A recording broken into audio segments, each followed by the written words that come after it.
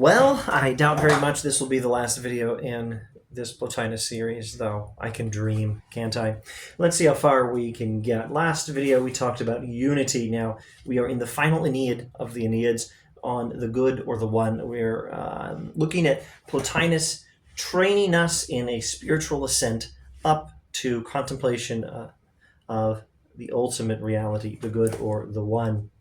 Now, our reflections on unity for the first few pages of this Aeneid are part of that ascent.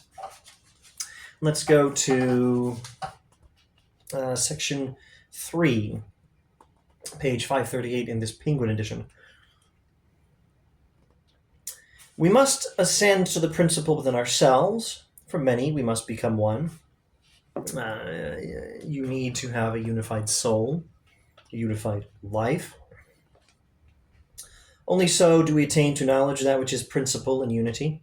We shape ourselves into intellectual principle. We make over our soul and trust to intellectual principle and set it firmly in that. Thus, what that sees, the soul will awaken to see. What divine mind, not the highest level of Plotinian divinity, but a whole lot higher than you and I currently are. We're way down here.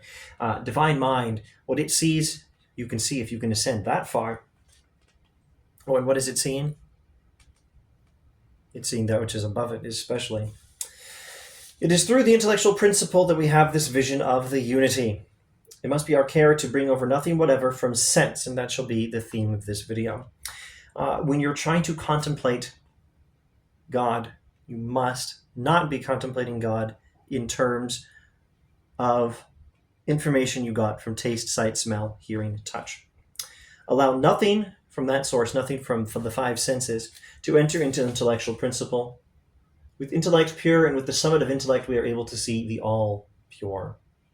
If the quester, that's a great word, the ascender, the person going on a quest to perceive the ultimate reality, to perceive God, if you will, but the good or the one, to use more Plotinian terminology. If the quester has the impression of extension or shape or mass attaching to that nature, he has not been led by intellectual principle, which is not of the order to see such things. The activity has been of sense and of the judgment falling upon sense. In other words, nothing of extension, or that means that which takes up space, nothing that has shape or nothing that has mass should be in your mind when you're trying to think of God. This is a lesson Augustine learned very well and talked about rather a lot in his book, The Confessions, how he failed for so many years to understand God because he kept trying to think of God in physical terms. Here, as I've said from time to time in this series, Plotinian religion is not the same thing as Abrahamic religion, but it corresponds on certain points. This is very much one of them. Don't think of God in physical terms. Think of God independently of that. Now, I could pause to say here, is Augustine giving us the best way to think of God? Well, maybe not. I think this is not part of the commentary on Plotinus here, but I'll give it anyway for anyone who's interested. Maybe someday I'll get it all written down and explain it properly. In Augustine, your responsibility and what it means to be the image of God as a human being is to look upward and perceive God, contemplate God. I think in the Bible, I think Augustine was getting the Bible a little wrong here, but I think he's still very insightful, so I'm not going to just say he's wrong. I'll say I don't think he's explaining the Scriptures correctly. I think in Scripture, what it means to be the image of God is not an upward, or at least not primarily and exclusively, an upward-looking activity, but a downward-looking activity. It's representing God on earth. In the image of God, God created them, both male and female, in his image, and then God gave them the responsibility to have dominion over the earth, cultivate it, to work the garden, to expand the garden outward, to develop and cultivate creation in God's name. Here I'm somewhat under the influence of various sources, including, The Good Priests and a wonderful podcast called The Lord of Spirits, and Islamic philosopher Allama Iqbal, and remarks from N.T. Wright and Robert Roberts, a Christian theologian from the Anglican tradition and a Christian philosopher under whom I had the privilege of studying a little bit at Baylor University. Now, what does that mean about contemplation of God? Well, that's the sort of thing I'll have to work out if I ever have time to work out all these things. Now, enough of this detour or digression or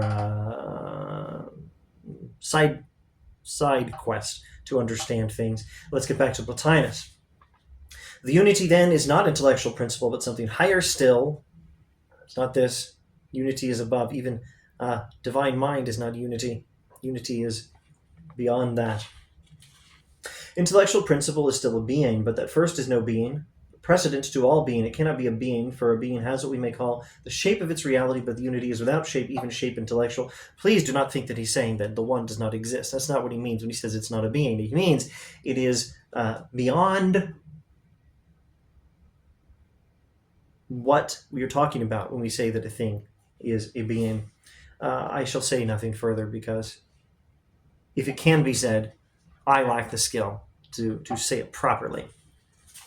Generative of all, the unity is none of all, neither thing nor quantity nor quality, nor intellect nor soul, not in motion, not at rest, not in place, not in time. It is the self-defined, unique in form, or better, formless, existing before form was, does exist, or movement or rest, all of which are attachments of being and make being the manifold it is. It is the origin of everything. Don't describe it as simply one of the things. And I shall stop there. The main idea so far, in this video at least, has been to understand that you should think of the one not in terms of any physical concepts at all. We'll get a little mystical, a little more mystical in the next video. Thanks for watching.